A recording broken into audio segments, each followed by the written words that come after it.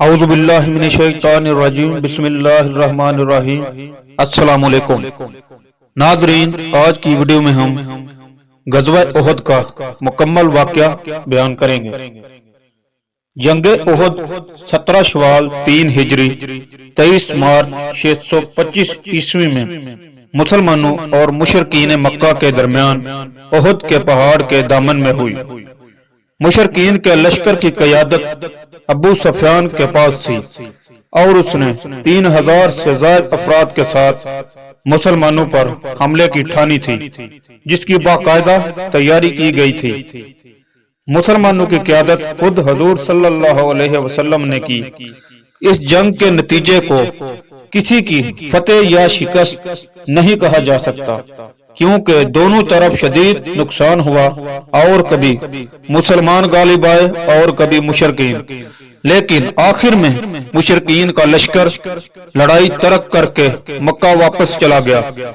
جیسا کہ غزوہ بدر میں مسلمانوں کو شاندار فتح حاصل ہوئی تھی، اس کے بعد علاقے کی قوتوں بشمول قریش مکہ اور یہودیوں کو اندازہ ہوا کہ اب مسلمان ایک معمولی قوت نہیں رہے۔ شکست کھانے کے بعد مشرکین مکہ نہایت غصے میں تھے اور نہ صرف اپنی بے عزتی کا بدلہ لینا چاہتے تھے، بلکہ ان تجارتی راستوں پر دوبارہ قبضہ کرنا چاہتے تھے جن کی ناکہ بندی مسلمانوں نے غزوہ بدر کے بعد کر دی تھی۔ جنگ کے شعلے بھڑکانے میں ابو سفیان اور اس کی بیوی ہندہ اور ایک یہودی کعب الاشرف کے نام نمایاں ہیں۔ ہندہ نے اپنے گھر محفلیں شروع کر دی جس میں اشعار کی صورت میں جنگ کی ترغیب دی جاتی تھی۔ ابو سفیان نے غزوہ احد سے کچھ پہلے مدینہ کے قریب ایک یہودی قبیلے کے سردار کے پاس کچھ دن رہائش رکھی تاکہ مدینہ کے حالات سے مکمل آگاہی ہو سکے۔ ابو جہل غزوہ بدر میں مارا گیا تھا، جس کے بعد قریش کے سردار ابو سفیان کے پاس تھی، جس کی قیادت میں مکہ کے دارالندو میں ایک اجلاس میں فیصلہ ہوا کہ جنگ کی تیاری کی جائے۔ اس مقصد کے لیے مال و دولت بھی اکٹھی کی گئی۔ جنگ کی بھرپور تیاری کی گئی۔ 3000 سے کچھ زائد سپاہی، جن میں سے 700 زرہ پوش تھے، تیار ہو گئے۔ ان کے ساتھ 200 گھوڑے اور 300 اونٹ بھی تیار کیے گئے۔ کچھ عورتیں بھی ساتھ گئیں جو اشعار پڑھ پڑھ کر مشرکین کو جوش دلاتی تھیں۔ ابو سفیان کی بیوی ہندہ نے یہ ارادہ کیا کہ حضور صلی اللہ علیہ وسلم کے چچا حمزہ رضی اللہ تعالی عنہ کا کلیجہ چبائے گی۔ چنانچہ اس مقصد کے لیے اس نے حمزہ رضی اللہ تعالی عنہ کے قتل کے لیے ایک غلام کو خصوصی طور پر تیار کیا۔ بالآخر مارچ 625 عیسوی میں یہ فوج مسلمانوں کا مقابلہ کرنے کے لیے روانہ ہو گئی۔ حضرت محمد مصطفیٰ صلی اللہ علیہ وسلم کے چچا عباس نے، جو مکہ ہی میں رہتے تھے، انہیں مشرکین کی اس سازش سے آگاہ کر دیا تھا۔ حضور صلی اللہ علیہ وسلم نے انصار و مہاجرین سے مشورہ کیا کہ شہر میں رہ کر دفاع کیا جائے یا باہر جا کر جنگ لڑی جائے۔ فیصلہ دوسری صورت میں ہوا، یعنی باہر نکل کر جنگ لڑی جائے۔ چنانچہ 6 شوال کو نماز جمعہ کے بعد حضور صلی اللہ علیہ وسلم نے اصحاب کو استقامت کی تلقین فرمائی اور 1000 کی فوج کے ساتھ مدینہ سے روانہ ہو گئے۔ اشواط کے مقام پر ایک منافق عبداللہ بن ابی 300 سواروں کے ساتھ جنگ سے علیحدہ ہو گیا اور بہانہ یہ بنایا کہ جنگ شہر کے اندر رہ کر لڑے گا۔ 7 شوال 3 ہجری کو دونوں فوجیں احد کے دامن میں آمنے سامنے آ گئیں۔ احد کا پہاڑ مسلمانوں کی پشت پر تھا۔ وہاں ایک درہ پر حضور صلی اللہ علیہ وسلم نے عبداللہ بن جبیر کی قیادت میں 50 تیر اندازوں کو مقرر کیا تاکہ دشمن اس راستے سے میدان جنگ میں نہ آ سکے۔ جنگ کا آغاز مشرکین کی طرف سے ہوا جب ابو عامر نے تیر اندازی کی۔ اس مرحلے پر 9 افراد مشرکین کی طرف سے آئے جو سب قتل ہوئے۔ دوسرے مرحلے میں مشرکین مکہ نے اکٹھا بھرپور حملہ کر دیا۔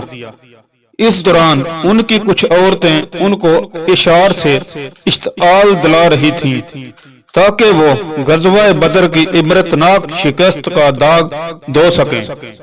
ابتدا کی زبردست جنگ میں مسلمانوں نے مشرکین کے کئی لوگوں کو قتل کیا، جس پر مشرکین فرار ہونے لگے۔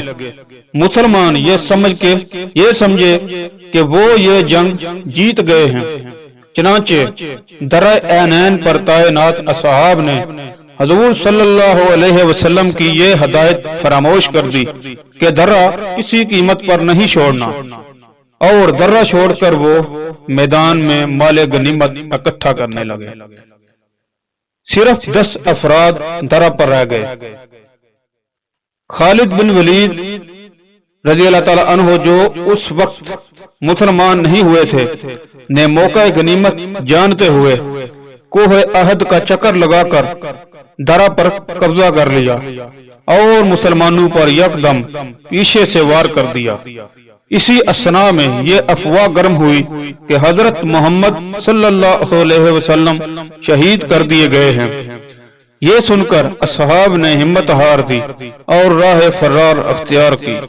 کچھ لوگ میدان جنگ سے فرار ہو گئے اور تیسرے دن واپس آئے۔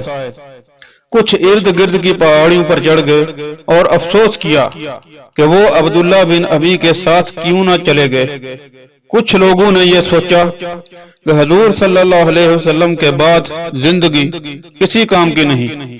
کچھ لوگ حضور صلی اللہ علیہ وسلم کے ساتھ رہ گئے اور ان کی بھرپور حفاظت کی۔ اس موقع پر حضور صلی اللہ علیہ وسلم نے حضرت علی رضی اللہ تعالیٰ عنہ کو ایک تلوار بھی عنایت کی جو ذوالفقار کے نام سے مشہور ہے۔ اس دوران حضور صلی اللہ علیہ وسلم کے دانت مبارک شہید ہوئے اور حضرت حمزہ رضی اللہ تعالیٰ عنہ بھی شہید ہو گئے۔ اس بارے میں اللہ تعالیٰ نے قرآن مجید میں فرمایا، جب تم بھاگے جا رہے تھے اور کسی کو مڑ کر نہیں دیکھتے تھے اور رسول صلی اللہ علیہ وسلم اس جماعت میں ثابت قدم رہے جو تمہارے پیچھے کھڑی تھی اور تمہیں پکار رہے تھے، پھر اس نے تمہیں غم پر غم دیا تاکہ تم اس پر جو تمہارے ہاتھ سے جاتا رہا اور اس مصیبت پر جو تم پر آن پڑی رنج نہ کرو، اور اللہ تمہارے کاموں سے خبردار ہے۔ سورہ آل عمران آیت 153۔ کچھ وقفے کے بعد اصحاب میدان میں واپس آنا شروع ہو گئے، کیونکہ مشرکین اپنے بھاری سامان جنگ مثلا ذرہ بختر کی وجہ سے احد پہاڑ پر نہ چڑھ سکے، اس لیے کئی مسلمانوں کی جان بچ گئی۔ ابو سفیان کی بیوی ہندہ اور اس کے ساتھ کچھ لوگوں نے مسلمان شہداء کے ناک اور کان کاٹے، اور ہندہ نے حضرت حمزہ رضی اللہ تعالیٰ عنہ کا کلیجہ نکال کر چبایا، جس کا حضور صلی اللہ علیہ وسلم کو بے حد افسوس ہوا۔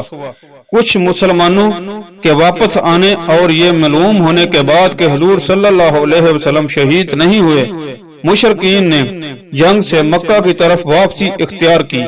بعض لوگ اس جنگ کو مسلمانوں کی شکست خیال کرتے ہیں اور بعض کے خیال کے مطابق اس کا کوئی ٹھوس نتیجہ نہیں نکلا۔ بہرحال یہ واضح ہو گیا کہ حضور صلی اللہ علیہ وسلم کی ہدایات کو فراموش کرنے یا عسکری نظم و ضبط کو ترک کرنے کا کیا نتیجہ نکل سکتا ہے۔ اگر درہ عینین پر تعینات لوگ درہ نہ چھوڑتے تو مسلمان فتح یاب ہو چکے تھے۔ اس جنگ میں 70 مسلمان شہید ہوئے جبکہ 27 مشرکین ہلاک ہوئے۔ مسلمانوں نے اپنے شہداء کو وہیں پر دفن کیا۔ ناظرین، اگر آپ اس طرح کی اور ویڈیوز دیکھنا چاہتے ہیں تو کائنڈلی چینل کو سبسکرائب کریں اور بیل آئیکن کو پریس کریں تاکہ ہر نئی آنے والی ویڈیو آپ تک پہنچ سکے۔